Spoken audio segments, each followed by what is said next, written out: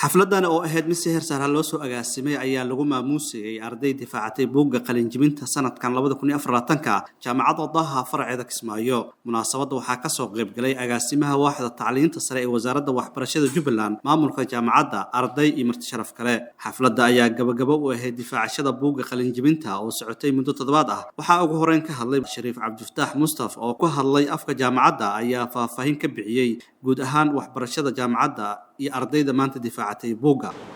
Ardada ka soo qayb galayaasha ka soo qayb gashay xafladan maamuuska leh ee quruxda badan, waxaan gaar ahaan u salaamayaa ardada maanta xafladooda la qabanaya ee qalin bedelanaysa, qalin jabinaysa. waxaan leeyahay maanta waa maalinkiina, hambalyo waxaa soo gaarteen yoolkii aad in badan hiigsanayseen, muddo badan aad sugayseen. adduunkana waa iska sidaan, maalin walba qof bay farxaddiisa tahay. waxaan filayaa ama aan maanta soo xusuustay kooxdii u horeysay ee galabtii u horeysay aan kulannay jaamacadda dhexdeeda, aan ka wada hadalnay sida ay ugu biiri lahaayeen jaamacadda. sidoo kale waxaa xafladda ka hadlay Cabdishakuur Qoblaal oo ka mid ah macallimiinta jaamacadda iyo Sheekh Cali Nuur oo ka mid ah culimada magaalada Kismaayo. si gaar ah waxaan u mahadcelinayaa iyagana jaamacadda maamulkeeda inta soo hadhay oo iyaguna aad moodo inay aad u dadaalayaan oo markasto ay ardada laana markii lagu jiro barnaamijka waxbarashada oo barnaamij iska dhib badan weeyaan, ama la tacaamulka ruuxa bini'aadamku waa wax dhib badan. marka taasna ay waxaad moodaa inay aad ayaguna u dadaalayaan oo duruufaha jiray ardadu iyo bulshadu ay leedahay aad inay u og yihiin, arday kastana ay la jaan qaadayaan ama ay fahmayaan duruufihiisa gaarka inay ku tixgelinayaan. waad mahadsantihiin maalle, baaraka allahu fiikum.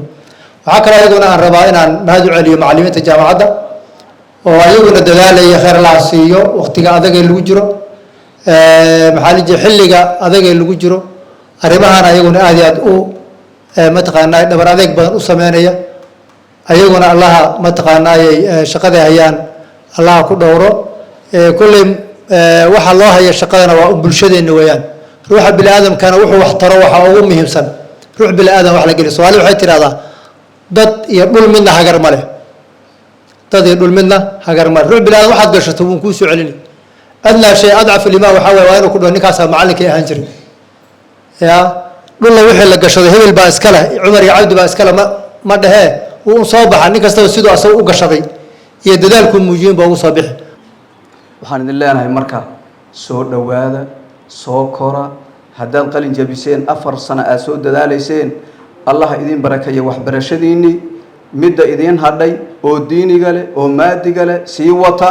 tiinni horena ha la mahdiyo, raadkiina ha lagu arko wada wanaag sidii way Ustaad Cabdishakuur ba hadda idin sheegahay wanaageedii ha laydinka arko. haddii wanaag laydinka arki waayo waa meesha nabiguba calayhi salaatu wasalaam uu ugu dambaysiye ugu adag qodobka oo waajib nin walba ku ahee kufa sharaka cani innaas, shartaada bani aadamku ha ka nabadgala oo ha laydinka nabadgalo idinka. waxbarashadiina haddii lagu dhibaatoodo weliba waan ku celceliyaa mar walba, waan ku celceliyaa mar walba, waan ku celceliyaa mar walba. war dadkiinan iyo jiilkan soo korhayo waxbarhayo, war ilaahay baa idinku dhaarshay, war ha shaqo un ha ka dhiganina corruption iyo wax isdabamarin iyo khiyaano iyo dulmi dadkii iyo dalkii iyo way marka diintiiba laga galaayo. war shaqada kolkaa shaqa doonaysan si codsigiinu si fiican wada wanaagsan u mar. kolkii shaqo la idin magacaabo war shaqada ka shaqeey oo shaqada say tahay u guta oo camalkiina ilaahay ha aqbalo oo ummadiina anfaca. war intii macallin lagaa dhigo inaad aayir badna meel kale ka baxdo lacagtiina ay ku socoto inaad doonayso.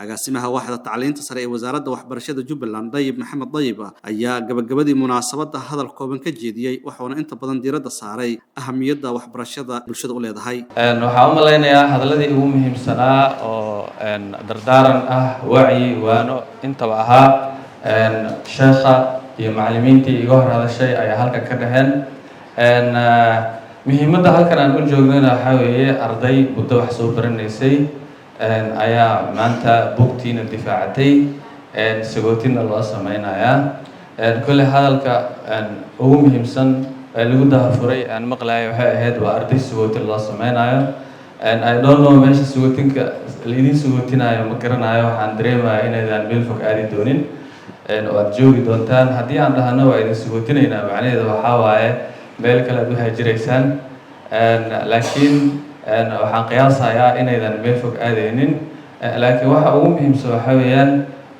dad muddo wax soo baranaya ay ahaydeen rajo iyo hididiilo iyo himilo iyo waxyaabo badan baad lahaydeen inaad guur ka gaartaanna way ahayd marka maanta waxaa soo gaarteen meel aad hiigsanayseen waxaa jira dad badan oo maalinkii aad bilaabeyseen oo fasalka 1 aad soo fariisateen idinla fadhiyey maantana waxaan qiyaasayaa dhammaantiinba inaydan dhanneen oo qaar ka mida ay dhexdhex markii lasoo marayay ay khadka ka baxeen oo ay sababi karto daruufo gaar u ah oo ay sababi karto maaragtay dadkeenu iska guurguuraaya laga yaabo inay meelo kale u guureen qaar baa laga yaabaa inay dhoofeen xataa wax walba oo ku sababa kuwo badan bay u suurtageli weysay inay idinla dhammaystaan cabdirasaaq xasan warbaahinta Jubbaland Kismaayo.